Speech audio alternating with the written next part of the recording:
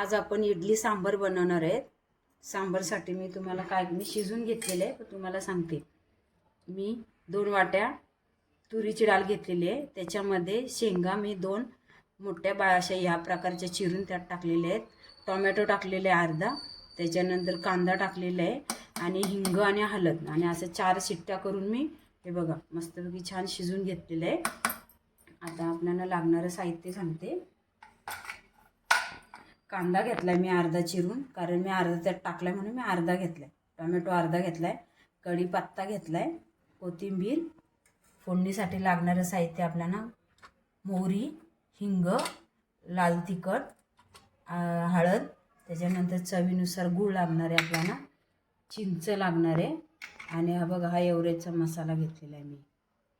आता मी पातेलं गरम करायला ठेवलेले आहे, नंतर आपण छान मस्त की फोडणी देऊया। आता तेल टाकते मी।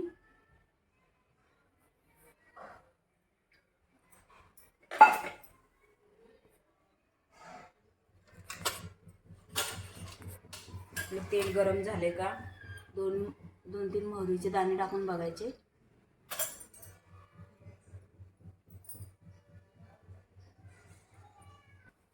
मोहरी आपली तडतडली चांगली।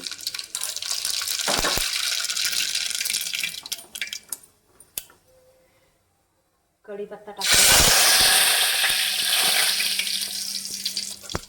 थोडंसं हिंग, कांदा टाकूया आपण,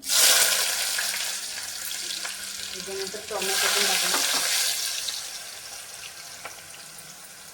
छान मस्त परतून घ्यायचं।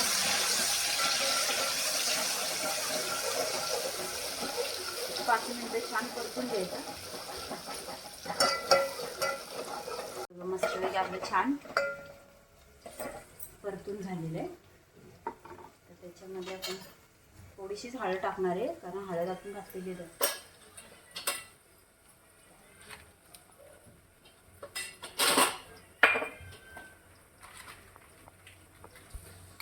सांबार मसाला टाकणार आहे।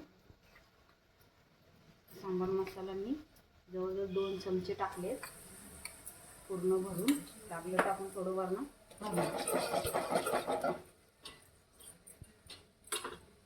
तिखट टाकलं मी 1 चमचा तिखट टाकलेलं। कोथिंबीर टाकणार आहे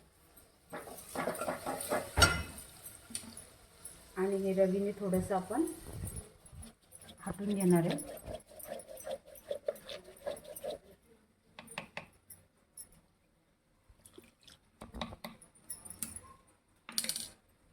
आता आपण त्याच्यामध्ये टाकणार आहे।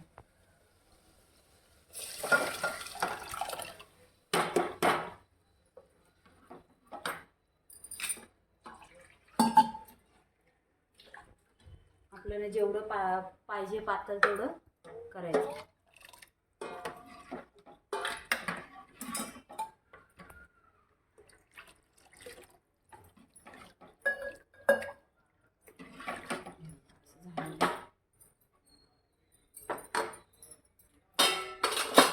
आता आपण चवीनुसार गूळ टाकणार आहे।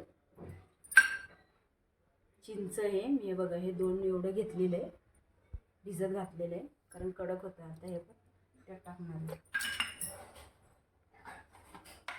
मीठ टाकणार आहे।